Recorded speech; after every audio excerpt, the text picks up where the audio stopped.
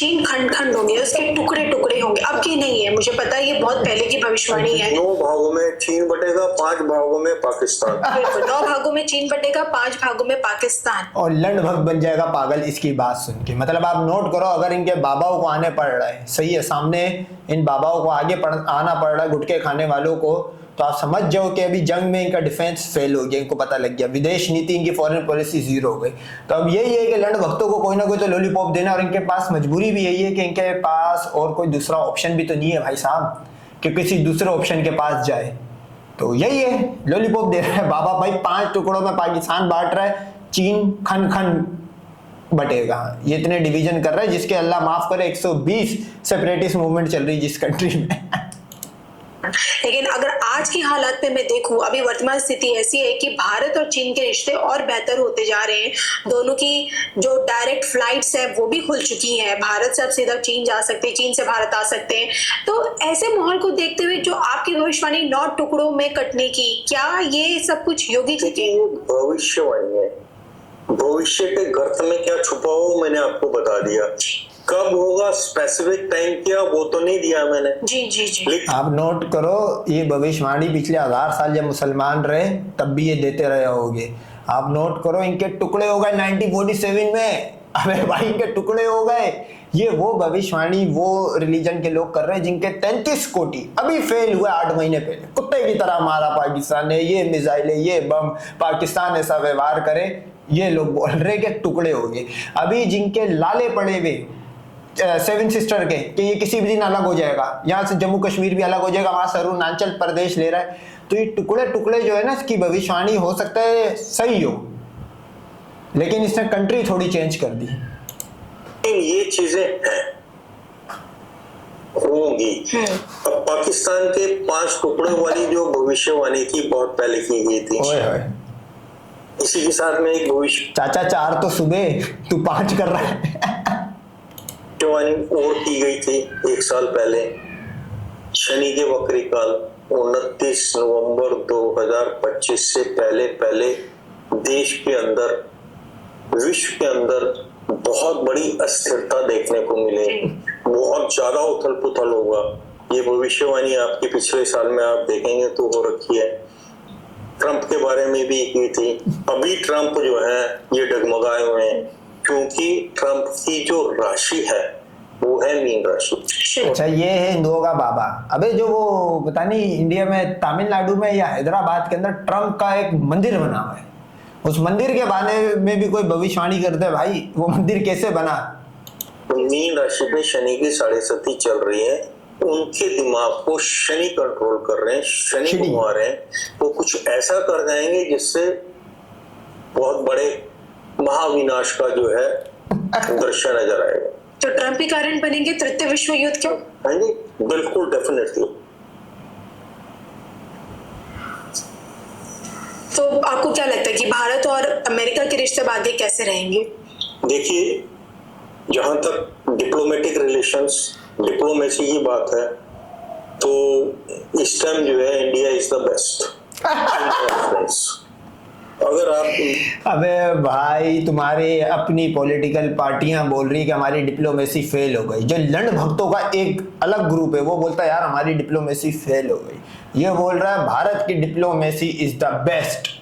मेरी भी दुआ है, सही है। देखो, हमारी तो प्रिडिक्शन कोई गलत नहीं गई ना। हमने तो कहा था हिंद के टुकड़े हो गए 1947 में हुए, हमने कहा गजवा हिंद होगा। देख लो बांग्लादेश में भी क्या हो रहा है, किसी भी दिन गजवा हिंद होगा। ये बाबा तो ये प्रिडिक्शन कर रहा है, ये 5 साल अगले खींचता ही नहीं खींचता वल्लाह इलम, लेकिन हमारी तो प्रिडिक्शन सारी सही हो रही है ना भाई। हमने तो ये भी कहा था कि हमारा इस्लाम वहां आएगा जहां के अपने घोड़े नहीं होते। मालदीव्स ये कि अगेंस्ट की कोई बात करते हैं तो you are out from that team.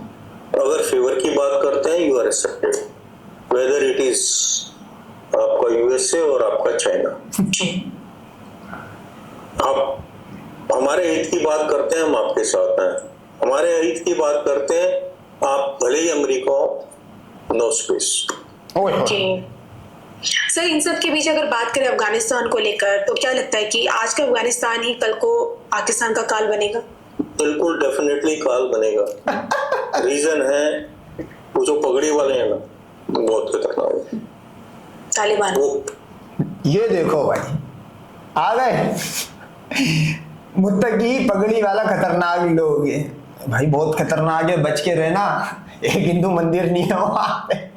अच्छा, मजे की बात में इस चाचा को बता देता, क्योंकि ये तो चाय के होटल से उठ के आया है। वो नहीं लंड भक्त जो होते 5-6 बैठे हुए होते गली के कोने पे, super power, Bharat super power, diplomacy, जियो पॉलिटिक्स करने वाला जो लंड भक्त होगा, गुटके की दुकान पे खड़ा हुआ, पजीतन को ये बता रहा है कि बड़ा खतरनाक है, ये होगा वो होगा।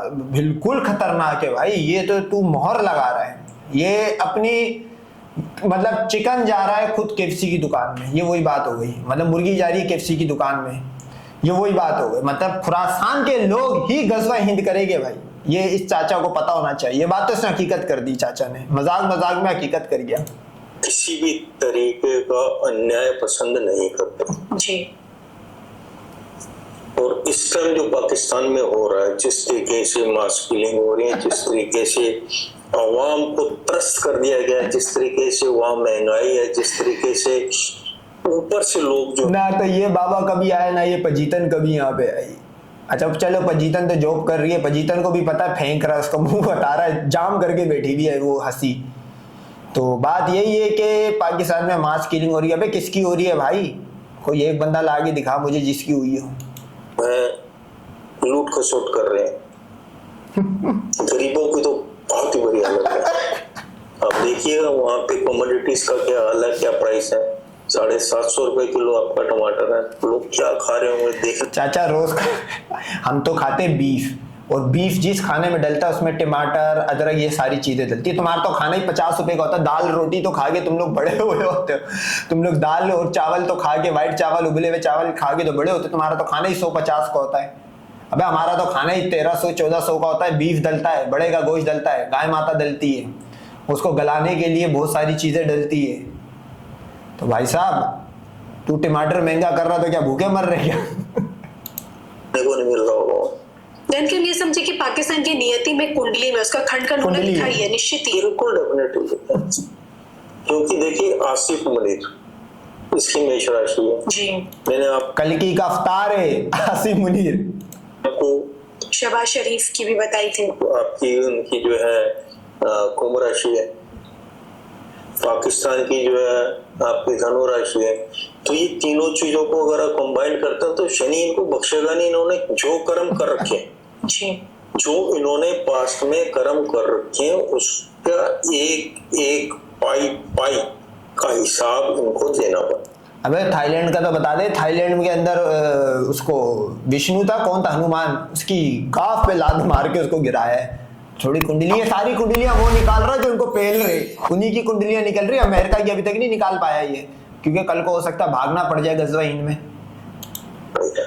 चाहे वो शहबाज शरीफ है, चाहे आसिफ मुनीर है, चाहे आपका पाकिस्तान है, पूरा पाकिस्तान इनको विघटन की भविष्यवाणी मैंने बहुत पहले कर दी थी, 6 साल पहले की भविष्यवाणी। यार चाचा ने रियासी की नहीं करी, 1 साल पहले हुआ, अभी पहलगाम की नहीं करी, 6-6 जहाज गिर गए, जंग हारने की नहीं करी, तुम जंग हार गए हो, ये भी नहीं तुम लोग ने बनी भविष्यवाणी करी। इसकी भविष्यवाणी सारी आप समझ जाओ, लंड भक्तों को एक नया ऑक्सीजन देने के लिए हो रही है। सर बात करूँ अगर बांग्लादेश की इसलिए क्योंकि मोहम्मद यूनिस के बाद अब बांग्लादेश भारत को भी आंख दिखाता है, और ये वही अब बांग्लादेश की बारी है भाई। ये आहिस्ता आहिस्ता सबकी भविष्यवाणी है। ये मेरे को लग रहा है सिर्फ पूरी दुनिया में भारत ही भारत होगा। अल्लाह माफ करे, पूरी दुनिया ने इनके ऊपर आके राज करें कि भविष्यवाणियां वहां नहीं निकली। अभी ये जंग हार के बैठे, अभी ये डिप्लोमेसी में आइसोलेट होगा। अब इनके मेन स्ट्रीम मीडिया पे देखो ये बाबे आ गए। भविष्यवाणी अब इनको एक तरह का डायलूजन में जीना पड़ेगा, क्योंकि ऑन पेपर तो बाबा 735 पेजेस की रिपोर्ट भी आ गई, जंग हार गए। अब ये देखो चाचे मामे बिठा दिए, इन्होंने बोला कि भविष्यवाणी है, और ये करेगी भी भरोसा। इनके पास एक तो दूसरा कोई ऑप्शन भी नहीं है। दूसरा ये जब पत्थर के सामने यूं यूं कर रहे होते, वो 2 कौड़ी का पत्थर इनको कुछ नहीं दे पाया, तो ये क्या ही दे पाएगी इसकी भविष्यवाणी। देश आप भी जानते हैं जिन्हें इंदिरा गांधी जी के दौर पे पाकिस्तान से अलग किया गया था, बांग्लादेश को पाकिस्तान से मुक्ति दिलाई गई थी, और आज यही बांग्लादेश पाकिस्तान की गोद में जाके बैठा हुआ नजर आता है। पाकिस्तान और बांग्लादेश के आर्मी ऑफिसर्स एक दूसरे से मिल रहे हैं। दोनों के बीच के जो व्यापार जो अब तक बंद था वो पूरी तरह से खुल गया है। तो क्या आप क्या नहीं समझे कि आज का यही बांग्लादेश अगर पाकिस्तान के साथ जाके मिल जाता है तो भारत के लिए बहुत बड़ा खतरा भविष्य में साबित हो सकता है? देखिए हम लोगों को अपने धर्म ग्रंथों पे और अपने धर्म गुरुओं की वाणी पे पूरा विश्वास रखना चाहिए। वो लोग जो कह गए हैं बिल्कुल वैसा ही हो रहा है हमारे धर्म ग्रंथों। अगर तो वो लोग कहेगा और वैसा ही हो रहा है, भारत के टुकड़े होना लाजिम थे 1947 में। इतना सारा तुम लोग ही बोलते हो, क्लेम करते हो कि इतना हिंदू पेल दिया गया, रेल दिया गया, मसल दिया गया, भविष्यवाणी थी। तो भाई हिंदुओं, ये तो तुम्हारे अगेंस्ट ही जारी है भाई, इससे रिलीफ किसी हिंदू को नहीं मिलना। और हमारी जो भविष्यवाणी है वो तो दुनिया में आज तक एक बंदा गलत साबित नहीं कर पाया भाई। हमने फैलना है, फैलना है, हमारी कंट्रीज में बढ़ना है, बढ़ना है। तुम्हारा एंड हमारे हाथों होना है तो इसका मतलब ये होता है कि ना तो यहूदी आएगा ना तो क्रिश्चियन आएगा, सिर्फ मुसलमान, वो भी कौन? खुरासानी। अच्छा, चाचा ने शुरू में एक खतरे की घंटी इनके लिए बजवा गया, बोला अफगानिस्तान का जो मुत्तकी जो भी बैठा हुआ है वो बड़ा खतरनाक लोग है। तो चाचा ने मेरे ख्याल में खुरासान वाली हदीस पढ़ ली है। में सब कुछ लिखा हुआ है इस्लाम के बारे में। इस्लाम अभी आया नहीं था, हमारे धर्म ग्रंथों में लिखा हुआ है ऐसे ऐसे इस्लाम का उत्थान होगा और ऐसे ऐसे पतन होगा। वाह। सिखों के दशम गुरु गुरु गोविंद सिंह जी ने एक खास वर्ग के लिए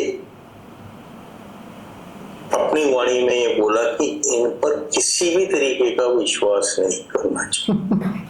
और ये आने वाले हिंदुस्तान के जितने भी आपके नेता हैं उनको दिमाग में रखना चाहिए, तुष्टीकरण के तहत इतना आप हृदय को मत खोलिएगा कि आपके अंदर घुस के आपके हृदय को कोई निकाल देगा। तो लाला ये तो डरा भी रहा है, अगर भविष्यवाणी है इसका मतलब सही होना है, जैसे भी होना है सही होना है। अब ये यहाँ डरा भी रहा है कि ये ना करो कहीं भविष्यवाणी ना पलट जाए। तो ये बेसिकली भविष्यवाणी नहीं है, इसकी दिल की ख्वाहिश है। अब इसकी दिल की ख्वाहिश देखो, ये तो इसका एक केले के छिलके पे समझो इसको, ये किसी भी दिन लड़क जाएगा, बाबा है ये तो खत्म हो जाएगा। पर जीतन जो है ये भी हाफ उम्र में पहुंच गई है। नियोग शयोग के जो भी प्रोसेस होता है, नियोग, मंदिर में जाना, रामदासी या देवर भाभी, ये सब प्रोसेस से गुजर गई, इसने भी अपनी लाइफ देख ली है।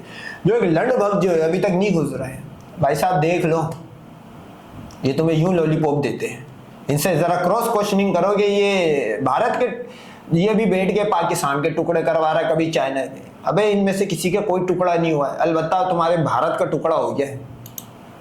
बांग्लादेश में जो हो रहा है या पाकिस्तान जो चाह रहा है या अफगानिस्तान और पाकिस्तान के बीच में जो होने वाला है 29 नवंबर से पहले पहले आपके सामने आएगा।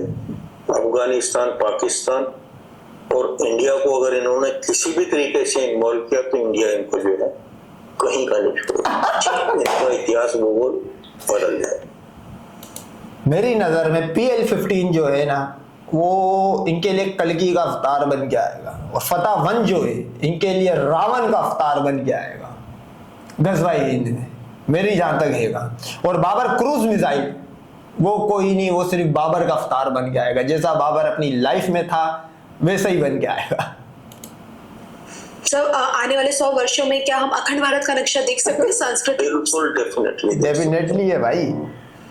हिंदुस्तान की जो भी नेबरिंग कंट्री है जी, वो आस्ता आस्ता जो है हिंदुस्तान को एक्सेप्ट करेंगी, आदि सनातन को एक्सेप्ट करेंगी।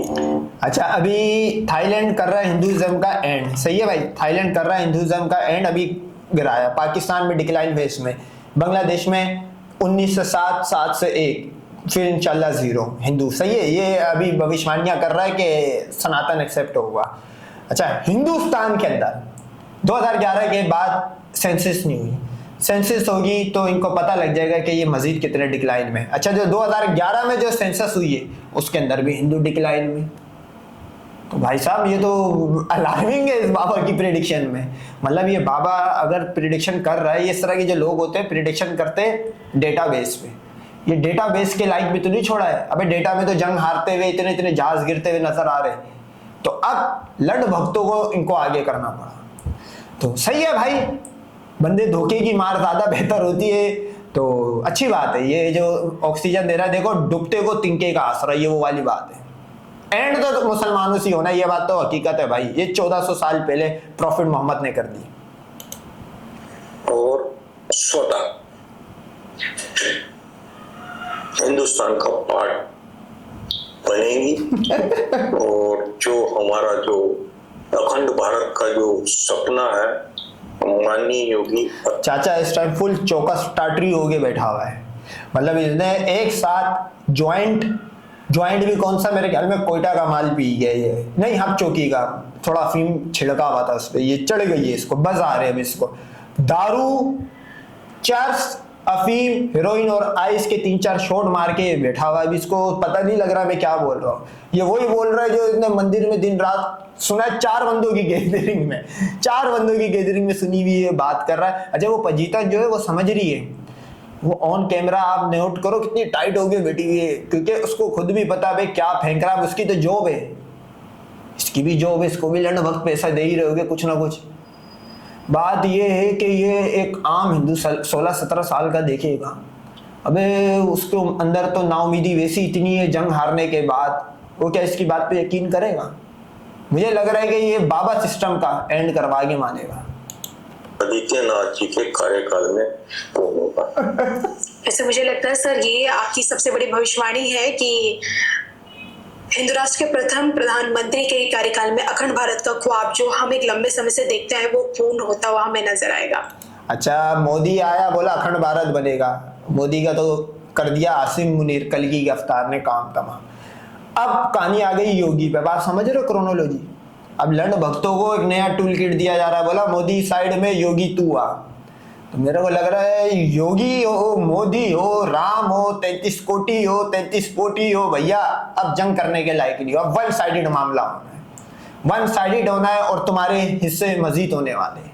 इस बाबा की प्रिडिक्शन याद रखना, क्योंकि देखो ये तो बाबा को पता है मेरे दिन कम है, ये तो प्रिडिक्शन करके निकल जाएगा। लेकिन लंड भक्तों इस प्रिडिक्शन को मैं चाहता हूं कि सारे हिंदू बाबा कॉपी करें, ताकि जब टुकड़े भी हो जाएंगे 1-2 साल में इनका एक आधा हिस्सा जाने वाला है, स्पेशली चिकन नेक वाली साइड पे, तो इनकी मजीद मजा आए लेने में।